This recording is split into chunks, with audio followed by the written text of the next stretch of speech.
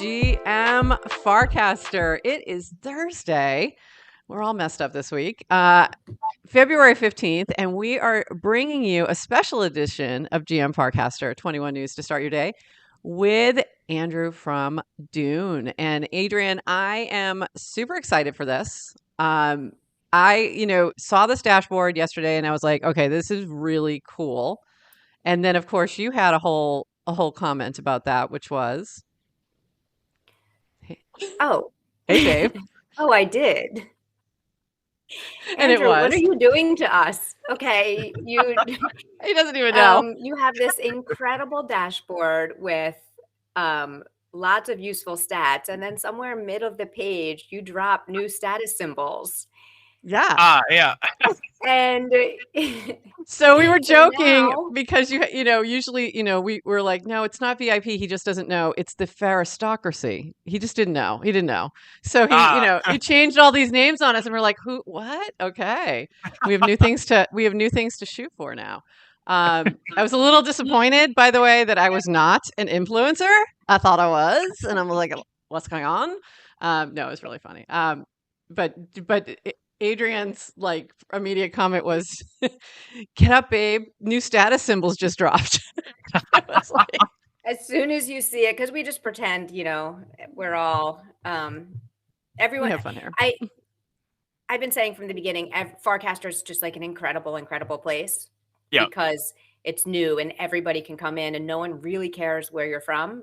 And we say it's like proof of work, which means if you engage earnestly and often, you can make an impact and build a following and make friends and there's so much opportunity here. So I'm always trying to just really welcome people and get people to avoid the whole, like, don't worry about your active badges. Yeah, don't worry about don't chase the clout. You're VIP or influencer. Yeah. So we're just joking with you. We're joking with you. Yeah. No, I get it. I mean, it was fun trying to come up with the names of these things. I'm like, and you had consulted us. We would have given you a whole different names, and it would have been. I'll consult you after this for suggestions. I'm just kidding. Probably shouldn't do that. They're inside jokes, and probably should remain that way. But what I want to start with, Andrew, is can you talk a little bit about what you do at Dune, how you got there, and just what is Dune for? If obviously those who are crypto native, and that's mostly who our audience is. They're Farcaster native. But we may have folks who wander onto this and go, what? I don't know what you're talking about. So if you can just give us a quick TLDR on you and Dune, and then we'll jump into the specific Farcaster dashboard you created. Sounds good to me. So my name's Andrew. I work at Dune. My official title is Headmaster, which is just a way of saying that I help lead developer relations here at Dune. So my job is to teach everyone how to use Dune, how to query on Dune, how to build applications off of Dune. So what is Dune? Dune is kind of this. It started as an analytics platform. It's moved to be kind of much more than that. It's everything from like a data warehouse to like a strong API system. You can kind of think of it as it's the place where everyone untangles all of the mess of on-chain and off-chain data. So people just chuck, whether it's snapshot data or governance data or Farcaster data onto here. GM Farcaster data. We have a new GM dashboard. Exactly. It just dropped a couple days ago. So we have a new dashboard. Yeah. I mean, that's a good example of Dune is the place where people across the ecosystem, like us, kind of go and see, what's trending, what's happening.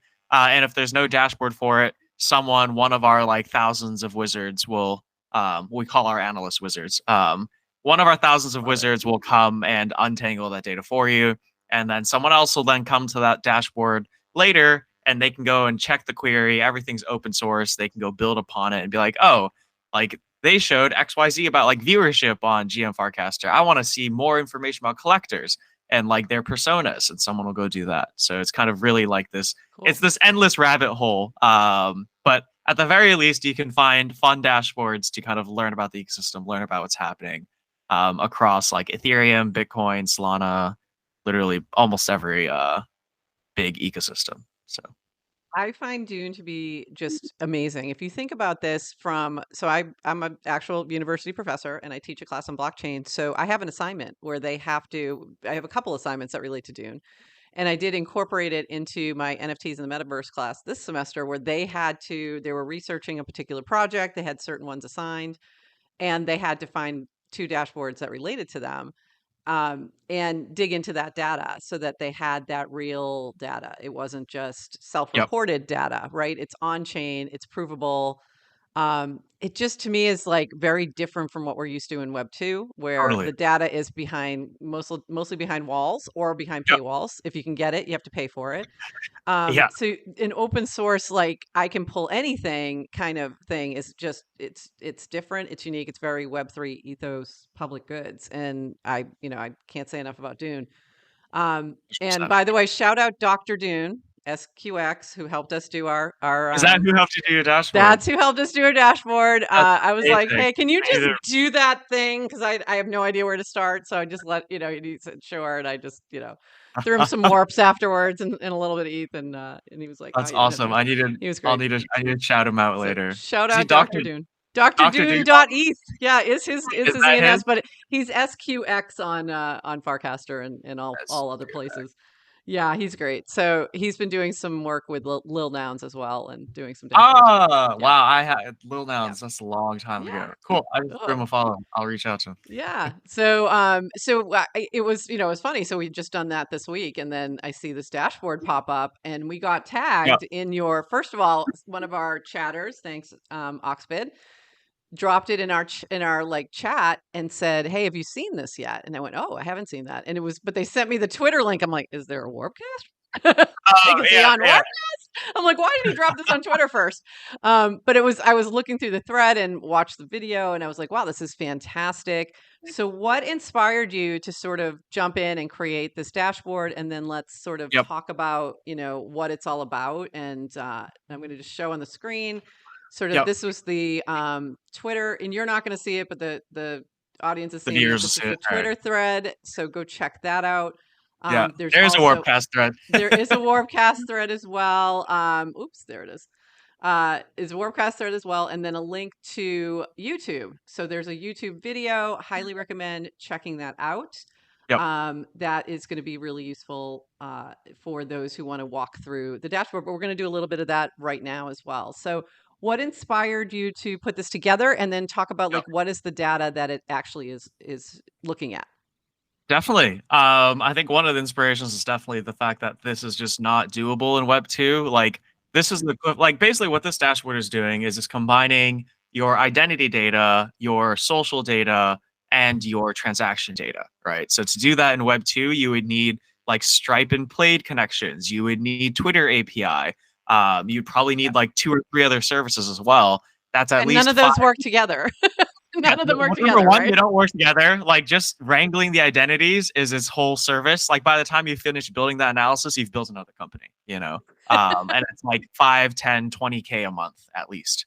So I was looking at the data here on Dune, and I was like, we have all the pieces.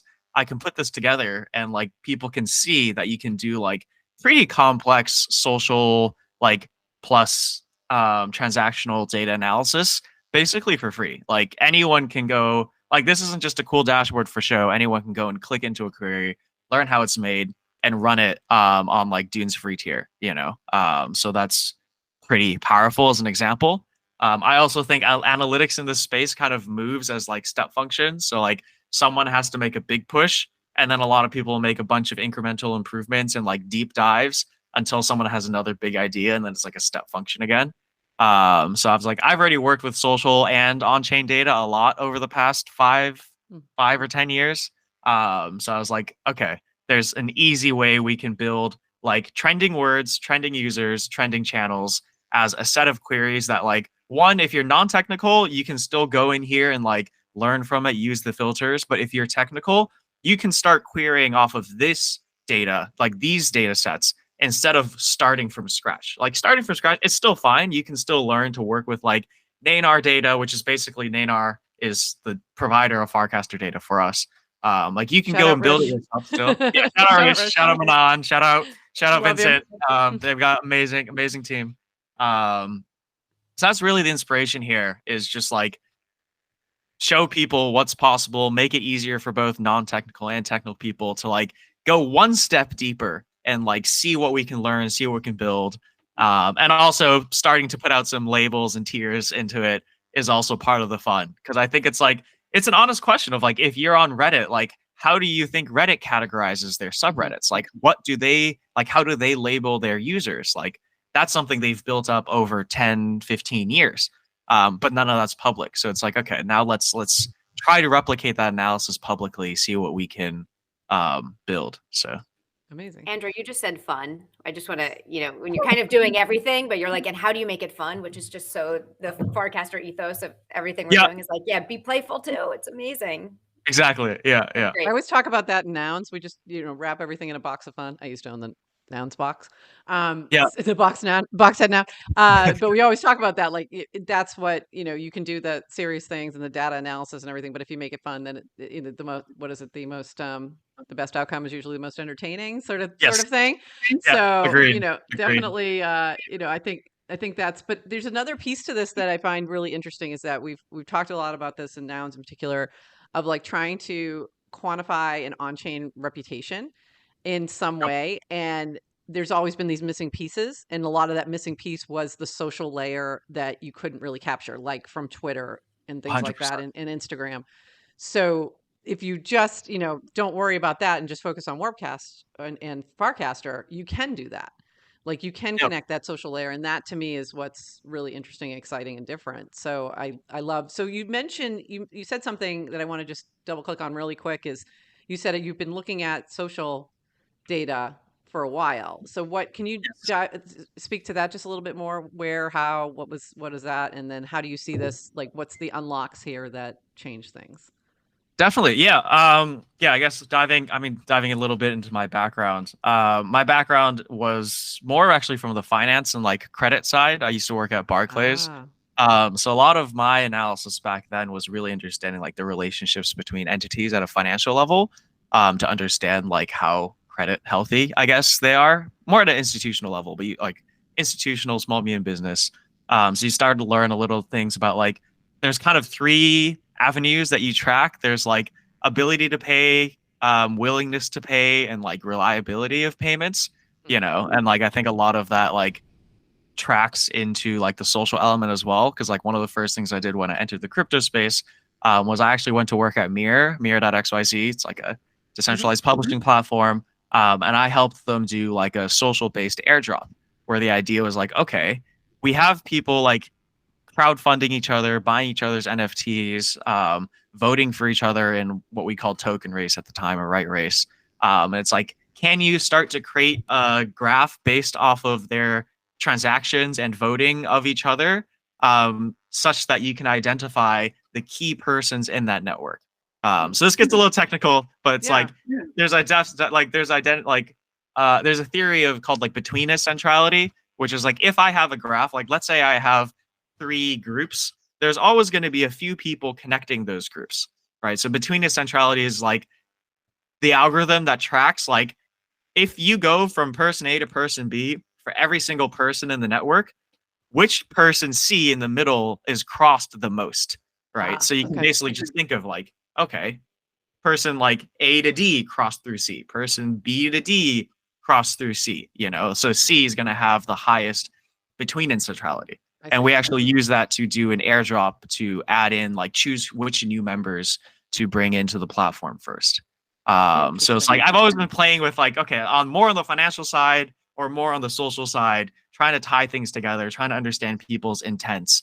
But it's really hard to do without some sort of like bootstrapping of that reputation, which is the social data, as you mentioned. So like having that now, it's like, I could now go back, revisit the analysis that I did 2 years ago, apply this on top and see like what new insights come out of it. So it's super exciting.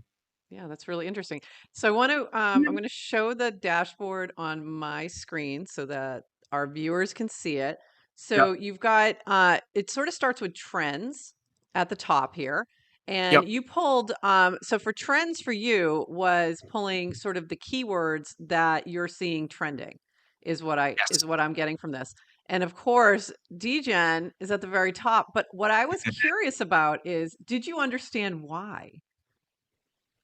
Yeah, I mean, so the trending algorithm here is it's I guess I tried to keep it fairly simple. I didn't want to get too like quantitative with it. But I mean, the main driver here is just that it's being driven by active casters. So active is like I copy that from the active badge criteria because I think like something if you do trending words, like if you look at like Google Trends for words, you have no idea the quality or the context of the user doing the search, you know. But in this case, I can filter under the hood here. I'm like only looking at the frequency of like the number of casters or the number of times casted by active tier or higher. So you can imagine I could go and edit this query or add a parameter to say, okay, let me filter for only trending words that influencers are saying. And that might give you a completely different view of things. But you're still able to keep the methodology simple of like there's number of casters and times casted, you know, like that's still easy to understand. But you get to filter by channel, filter by user type. We could get fancier with the user personas. Like you could layer in like I want them to be an influencer and also have 400 transactions in the last month, you know, and that might give you a completely different signal. Like maybe those people don't talk about DGen. Maybe it's mostly the people who are like under 200 transactions. They're somewhat new to crypto. This is maybe this is one of their first like, apologies my language, like shit coins that they're playing with. That's like an interesting, you know, that would be a really interesting analysis to see how much are we seeing in the VIP and the influencer versus active versus what you call NPC. Right. So that's really interesting too. I hadn't thought about that, but I also was looking at this when I saw that. I'm like, I wonder if he even knows why DGen's trending. Because if somebody's looking from outside, you wouldn't know about tipping. I agree. You may not know like why is that, you know, particular one trending right now. And I think like that's where for Adrienne and I, this gets really fun is we can interpret the data based on what our knowledge of spending so much time in the space, like, and be able to say, oh, this is why this is trending this week. It's because of this thing that happened. Which I think is kind of fun, you know. So this is why it interested me so much. I was like, "Oh, this is kind of cool." I can leak some alpha. I'm working on a words dashboard, basically, where you should be able to click into a word because I have gotten this request. Because you can imagine clicking on the DGen word, it takes you to another dashboard, and it shows you like on like a timeline who were the first people to use this word. It's probably going to be like VIP and influencers first, and then you see the long tail of like active users on it. You know, like you can see which channels is most active in, which words are most frequently used in a cast that DGen is used in. I just haven't like, it's just one of those things where it's like I put this out there and like people are starting giving me these ideas like you are here of like, oh, I want to be the why. And so I can know the why already, but it's really fun because when you say that, you know, it's going to be really interesting if you do that with Wow. It will start with an NPC. It will start with somebody very new, and that's the first iteration of it. But it then gets taken up by the influencer and VIPs, and that's when it takes off. And I think that's an interesting trend line. There's a life cycle I already know exists, but you know, see if it plays in the data. Yeah, exactly. Yeah. So that's really fun. And then you have this first trending words, which I think was great. And then we move down to user stats. And that's where we get, you know, Adrienne's new social statuses. So we've got NPC, which is less than 400 followers, active, which follows the same type of categorization that Warpcast does. So 400 plus followers, etc. Star is 1K followers, 5 plus casts, and 5K plus engagement score. And I want to talk about engagement score in just a second. Influencer is 10K followers, 10 plus casts, and 25K engagement score. And then VIP is 50K followers, 10 plus cast, and 50K plus engagement score. And so for VIPs, we only have 27, 62 influencers, and then it goes up from there. 585 star active is 25.99 right now, and then we have over 85,000 who you categorize as NPC. So talk about engagement score and what is that, and how did you come up with that like sort of concept? Yeah, I mean, I think the concept is just like trying to come up with like a one weighted metric for like in measuring engagement, I think every platform has weights. Obviously, platforms like Instagram and Twitter, the weighting becomes a lot more complex because they'll weight like stuff like, do you have a word in your cast? Do you have a link in your cast? So I was just like, again, my key thing here is like, I think a lot of data people go way too complex way too quickly. So I'm like, okay, I think it's important people get the mentality of like, a reply is worth more than a recast. A recast is worth more than a like, in a way that like still makes sense to someone who's not like deep in like algorithms and models. So like this kind of weighting just made sense to me. And a lot of this is me like, I'm putting this out there and just seeing the feedback people give me. It's like, oh, maybe they don't agree with this. Maybe so they how are you weighting? So what's the engagement score made up of? Yes. Yeah. So how is it determined? The engagement score is number of likes plus number of recasts times 3 plus number of replies times 10. So for the active user, when it's 100 plus engagement score, basically that's saying as long as I got one reply, or if I got 100 likes or like 33 recasts or something, as long as I got one of those or some combination, then I'm active. What Warpcast says is you have a cast that has at least one like or one reply, and one reply, I think is their requirement. So it's meant to be super simple. And the tiering, that's a good thing. The tiering of it's fairly arbitrary. I just kind of played with it in terms of like, okay, this kind of like, because like engagement, like I think followers is still easy in terms of like, no matter what platform you're on, like there's the threshold of like what followers means in terms of your level is pretty simple, but like engagement on Twitter is very different from engagement on Instagram, is very different from engagement on Warpcast versus Supercast, so I think there's complexity there that's going to be like very hard to capture over time, especially because you have to think about like reactions on Warpcast are kind of just a Warpcast concept. Like if you look at the data on a hub, like is just reaction type equal 1 and recast is just reaction type equal 2. Someone could add a whole new way of reacting, call it type equal 3, and that messes up kind of like the whole algorithm and like our mental state of like, oh, what does this really mean? So I think it's going to be wild to learn. What would be really interesting, what I'd love to see, and I have no idea if this can be done, is does a cast with a different type of reaction button get more engagement? So for example, if you put Noun's glasses in your post, that button turns into Noun's glasses instead of a heart, the like button. If you put wow wow, it turns into wow wow. If you put the hat, if you put DGen, sorry, it turns into the hat. So I'm just curious if like does that impact engagement? And I have no idea. My guess is probably, but I would assume. But also, which one does it? Is it all, or is it just certain ones? I don't know. Interesting. So that would be interesting as well, and that's something that's unique to Warpcast, right? Because that doesn't happen elsewhere. So that's interesting too. But also, I have another question. I don't know if you realize that, but you start to lose likes when your storage fills up. So does that then impact anything? And I don't know, because I don't really think it, because my storage is like that I know is already maxed out. I like liberally and I don't care, and I know that. So at some point, like I know they're disappearing on the old ones on the back end, and I just don't know if that then impacts anything. So that's something just to consider. I guess we'll find out. Which is kind of interesting. Yeah, storage dynamics are going to be interesting, especially for bots. It's something different it's something different for Warpcast that doesn't exist, or for Farcaster that doesn't exist elsewhere. So it's kind of fun. I'm almost ready to start buying more storage. I know, just for the likes. I've got plenty for everything else. I haven't cared about losing things in the past. It's just like be in the moment. Yeah. The past is the past. Yeah. And then I saw Shoni with like 250. He was like following 250,000 people or something. Oh yeah. And I was like, how do you do that? There's a limit. And he's like, I own the most storage. And I'm like, I buy more. I want to. Yeah, I buy more. Yeah.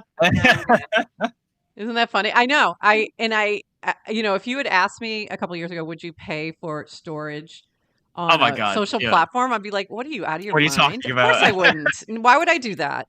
And now I'm like, why wouldn't I do that? Especially if I get rid of ads. If I get rid of ads that's a good trade-off to me. What were you going to say, Adrienne? Now, say interesting use case, because now the question is, if my likes are being now I have this trail. Yeah. And now it's being used to calculate a social status or social score and currency. And if I lose that, do I lose, kind of good framing? And then all of a sudden, are people more likely to want to buy storage if it affects, kind of what they can do on the platform in the future? It's affecting other people, right? Because it's my likes on other people's casts. It's not necessarily, but then again, I do like myself often, which was shown in my, Grin created something where it showed I think it was using something similar for your data of like who you like the most, and I guess who you mentioned the most, and it was yourself. I was on the list. I wasn't top, which was good. Right. I was happy that I wasn't the first one, but I was on my list, on my own list. No, DWR was my one true love. Sorry, Adrienne, you were second. It's kind of funny, but I cast every time I cast GM Farcaster, I tag people, so I think that's what it was pulling from as well. So it was kind of funny. That makes sense. But it was kind of similar data pulling, I think, at that point, because it was relating to who you mention, who you tag, and who you the likes that you do. So that's kind of interesting. It's really for your friends then. Buy more storage so you don't ruin your friend's status symbol. That's a good marketing. That should be what they put in the Warpcast app when they say, hey, you're running out of storage. Like, do you want to lose your friendships? Do you want to lose your friends? Well, this goes back. Last week we talked about the what Jack is doing with Icebreaker and using the Ethereum attestation service to, it doesn't mean you need to save every like in every hub for forever, but I can start capturing other social scores and kind of putting that on the profile.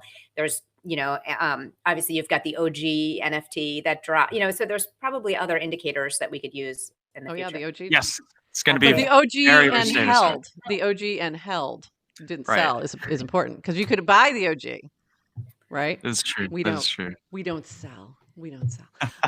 That's our new flex. We ignore a 4.9 floor price. We know people who've bought the OG that we like. So we do. It's true. It's true. We don't blame the people who bought it. I'm just saying. I don't blame the people who sold it either. I don't blame the people who sold it either. I have a feeling we're going to look back and go, we were crazy. How we doing on 21 minutes? But that's on brand, so it's fine. How we doing on 21 minutes, Prof? I know we've blown past it. So I want to jump into a couple more things, because you have this trending. I'm showing the dashboard again. You have trending Farcaster users. I thought this was really interesting. So this part, you can do some filtering, which is really, I played around with this a little bit. By the way, this got me to set up a new account, because I just been using the free part, but I was like, ooh, okay, now I'm going to sign up. Awesome. So there you go. To be able to sort, based on new users who've come in, and then take a look at like how many followers they've gotten, see who's up and coming. And I thought that was really interesting. And you also have a way to filter this by token. So I could essentially grab, and you use nouns as an example, which is another reason I really liked your video. So you could pop a contract in for any NFT project or token, and then filter by that and see who's trending, which I thought that was really, really useful. Could be very useful, especially for channels and things like that. If you're trying to identify new followers that like, hey, have you checked out our channel, because it relates to you're like a holder, or exactly. I think you can get pretty creative here, and like, because you can combine any of these. So, like, you could say like I could track users that Nounish Prof has reacted to in the last week who hold a nouns token, and I could set the user days old to be like 180, so that in that case it's just show me basically all users you've reacted to who hold a nouns token. It's probably all of them. By the way, if you check my followers, if they're new, chances are they have noggles if I'm following up, if they're 7 days old, because that's probably have that in their PFP somehow. That's my indicator of, yes, I will follow you. If I don't know you, So moving down to all active users, that was pretty cool. So that's all the activity. And Yep. that is, oh, I know what I wanted to ask you about. So Yeah. everyone, I got a little concerned. I was like, how come, and this was yesterday, I'm like, how come my account's 161 days old? And then I saw that so was DWR's, and I'm like, oh, never mind. Yes. So that is the oldest point that you're going back to. And I'm assuming that's when it went on Optimism, I'm like guess. 99% sure. Yeah, that's when things went on chain, and Okay. they kind of moved out of beta. That's when stuff like Nano kicked up. Okay. So that's I That has to haven't be gotten it. to the bottom of it, Yeah. but I'm like 99%. Like, there's no other reasonable explanation. Because my first thought was like, I've been here longer than 161 Yeah, days. And I got all like, I'm gonna send him, and then I was like, oh, wait a minute. I was like, oh, wait, DWR's got the same thing. I'm fine. It's not me. I was like, Yeah, you're wrong. I'm like, oh no, it's all wrong. It's fine. I got very upset. I know, again, we're a little crazy. And then scrolling down just a little bit more to the channel stats, because I thought this was really, really cool. You've categorized these in different tiers where you have stadium, subculture, niche, friends, and quiet, and different trending as well. So you can sort by, how old the channel is, similar to the users, filter by the name, channel held token address. So what does that mean exactly? Right. Like, what can I do with that? So you could put nouns in there as well, and you could basically see what are the top trending channels that nouns holders are casting in. So it's kind of like because you might want to see trending nouns users, and then you might also want to say like, okay, there's like 100 trending noun users. Where are they going? And so that you can put it in here. Where are they hanging out, and what are they interested in? That's interesting. Okay, that's very cool. That could be some really interesting data. And by the way, just we're using nouns as an example, but yes, you can use any token that doesn't have any ERC20 token or any NFT. Okay, great. So we can do this for Pudgies, Luca. It's okay. Which actually, that kind of thing would be super interesting for him. So I need to let him know that, because I think he'd find that incredibly helpful. So there's a lot for brands there that, and for us, we can go and look at who holds a GM Farcaster token, one of our episodes, and where are they spending time, and how can we better connect with our holders? So, hopefully they're spending time in GM Farcaster, but if they're not, we need to, make sure they they know we're here. Yeah, I think that's like another whole dashboard someone could build just off of this to go deeper on like this would show you the trend, like the top channels that people are in, but you might want to know like the top channels that like ranked by how active these holders are. Like there's extra layers you might want to add on top that I didn't do here, but I'm sure people are already doing. So. And then, so looking at like what your tiers that you've created here. So niche is like 25 plus casts and 5,000 plus engagement score. Again, how are you for channels? What is your engagement score made up of? Yeah, so the engagement score here is just it still likes, recasts, and replies, but it's across all casts in that channel. So if there are 100 casts in that channel last week, what was the total engagement score of those casts? Okay, interesting. Okay, that's very cool. So GM Farcaster fans, if you could start casting a little more, that'd be great in the channel. I'm just saying, just throw something in there. Bump up that score. Yeah, we need to move ourselves from friends to niche eventually. We'd like to get there. Now I have new status symbols just drop, babe. We got to get there. Now we have goals. And then you had like all active Farcaster channels, so you can go through and see those stats. Yes. There's so much here. Like this is like serious heavy data. Like I can't wait to see what comes from this, like what people build off of this, because I think there's so much here, and I think that might even be something for maybe Purple to incentivize as a DAO, to incentivize some builders to sort of dive in and pull some other sub dashboards, if you will. So I might even throw a prop up for that, because that could be really definitely cool. Yeah, I'm continuing to work with one of my coworkers, Jackie. She's also DevRel. We're working on a bunch of like API endpoints based off of these queries, so that like teams like, or not teams, but like users like Fun, for example, like for like userfarcasterstats.com, or farcasteruserstats.com. Farcaster user stats, yeah. Yeah, can include this kind of data in like the user search, Cool. So we're actively going to be working more with the Farcaster ecosystem, both for dashboards on Dune and like applications or frames. You can build a frame off of a Dune API, so you could use this query, filter it specifically for a frame. So if you want to have something that's like a frame that you can only claim if you're a VIP, you could build that. So possibilities are endless.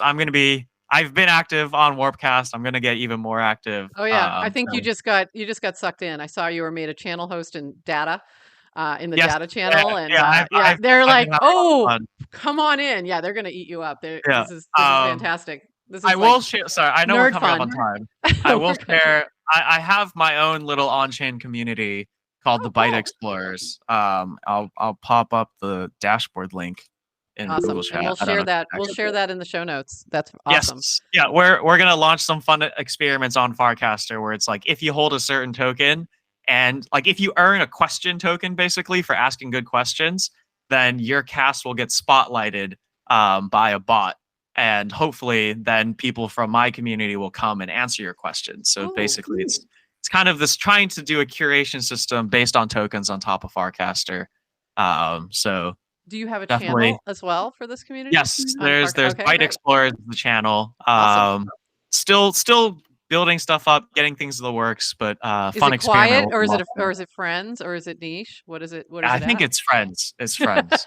I don't think we're quiet. Actually, we might be quiet. I didn't cast much in there this week, but all right. We've got 130 people in the on-chain community that are all like top analysts and engineers across the ecosystem. So I'm trying to engage all the data people to like move from Twitter onto Warpcast. So move on we'll over. Get there.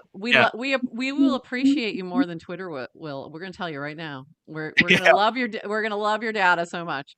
So the other thing I want to point out one more thing. All of these are links. So when you're looking at channel name, it will bring you to the channel. So if you see some interesting channel or some interesting user and you want to learn more and either go to the channel or go to their profile, you just click on the links that are in here. And that to me was very cool because that just makes it so much easier to then engage with like, oh, I found this cool person. They're spending a lot of time over here. I want them to come spend over time, or I want to just know more, or whatever it is, or maybe we want to interview them, whatever it is. I can now just click on that and go check out their profile or check out their channel, which I think is huge unlock. That's huge. Yes. Yeah. I think, the growth, like the usefulness of this for just marketing and CRM is insane. Like you can probably find your next like 20 guests just by seeing like, okay, like what channels are we interested in? And like, who's actually trending as like a builder in there? Who's new and maybe it's like either an older builder or a newer builder, you can toggle however you want. So excited. All other media companies, this part of the show is going to be blocked to you. You will not be able to have that bit of alpha. That is just for us. Kidding. Abundance mindset. I'm sorry, Adrienne. I'm bringing back my abundance mindset. But I mean, that's a really, if I need to know, okay, I see that this word is trending, this channel's popping off. Who do I talk to about it? I can then get that data and immediately go to their profile and go, oh, this is the person we should be talking to. They seem to be, the one who's most engaged and know what's going on. So that's pretty cool. That's amazing. Adrienne, I've been talking nonstop. What questions do you have that maybe I know we have to wrap, but that we didn't get to? I mean, no more questions. I think you said it all. It's incredible to see the promise of Web3. Actually, like all the pieces coming together of the social layer, like, and again, it's because I mean, Dune's not a young company and you guys have been building for building. A while. Yeah. So to see the different decentralized kind of little like composable pieces all click together and then the power of it, it's so it's inspiring. Amazing. It's like amazing. It's incredible. Yeah. And I just can't wait to see what comes from this. Like, this is just like I keep telling people, I'm like, this is the 1%. Like, this is like the 99% in terms of Web 2. If you saw this for Web 2, you'd be like, that's it. That's the limit. Everything else is private. But I'm trying to tell people like, this is like the first step in the step function. There's so much more we can build with this. Incredible. Like, keep going, keep learning, keep building. So I have one Keep other going, keep question learning, for you. keep building. Exactly. Love it. What feedback have you gotten? Has it changed anything that you might tweak? And like, what's the overall sentiment been? I'm assuming incredibly positive, but has there been any comments or anything that you were like, oh, I didn't think about that, or something that you want to change? yeah, I mean, people have been pretty excited about it. The only negative sentiment I've gotten is they don't like being called an NPC. Some people, which I think is fair. I was debating. I was like, okay, do I make it a friendly name or do I make it a funny name? And I was like, you know what? People in crypto The have best thick skin. outcome is also most entertaining. Yeah, I'm like, people. Okay, I don't like NPC either, but I also didn't like Mole, and I didn't like because it like things that start out little mean spirited.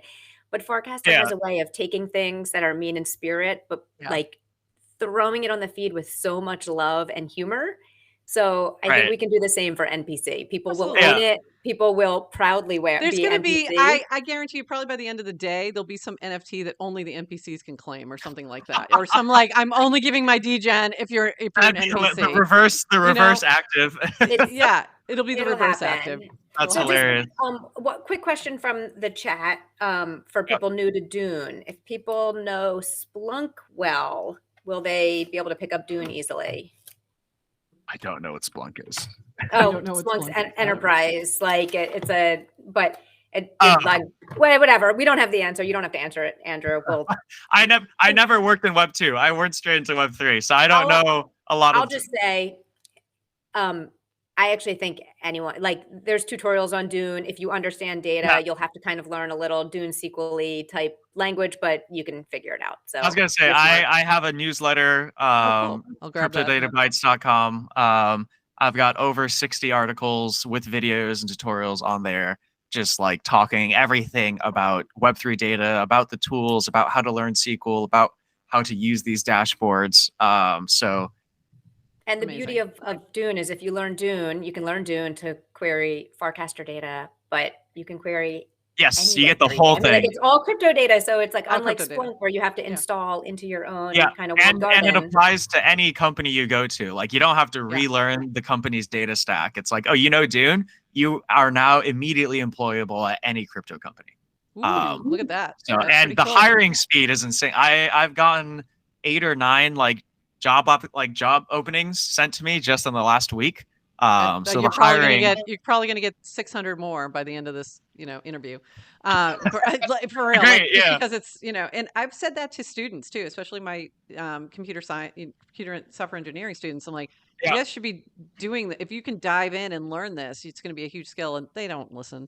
They go, no, I want to work for Microsoft. And I'm like, oh, okay. Like, okay. Don't do it. I know. I'm like, I tried. Oh no. I know, but I think because they're not used to it also, they looked at it and they go, wait, it's all open. I'm like, yes, go learn it. I'm like, I can't help you with this part. You got to go figure it out. But, yeah. But if you dive in, you're going to be able to figure it out, which is pretty cool. Yes. I think it's 100%. amazing. Any other last notes, Adrienne, or Andrew? Like any other things as we wrap? I'll let Andrew go first. I think I'm good. I think I've talked enough. It's amazing. And also he does have a walkthrough video. It's on Twitter or on YouTube. It's too long. It's too long for Warpcast. I tried uploading it. It hit the limit, and I was like, "Damn, okay." Too long. Well, video's still not even launched to everyone, so it's still only to. Is it not? Okay. Yeah, I'm sorry if you're an NPC, Andrew, or you don't. I'm active. You may not. Wait, no, I'm a star. I made star. Like, did I tweak star tier to make sure I hit it? Can't say. Oh, conspiracy theory. Great. We get to end with a conspiracy theory. I love it. But I'll give a shout out. I am doing an AMA on JamFrens today. I was just going to say at 11 Eastern. Nounish Prof did hers on Tuesday, so check that out. It's in the AMA channel. And can we talk about the photo they used? Because that's adorable. It's your Fox photo. It's your Fox photo from the Scenius. From the Scenius It's an adorable photo. That is. I love it. Fantastic. Yeah, and someone just named me the Fox of GM Farcaster. Well, there you go. It's true. I'll take it. Andrew, thank you for spending time with us. I don't know if you're in the live chat, if you've been following along on Unlonely, but people love you. Love you. They love you. And particularly your natural smile and your positivity. So thank you for hanging out. I appreciate it. Thanks, Kat. This is again, this is an amazing dashboard. Go check it out. We'll have it in our show notes for this particular episode, along with the other links that Andrew just shared with us. So you'll be able to grab all of that. And we will be back tomorrow at 11:30 a.m.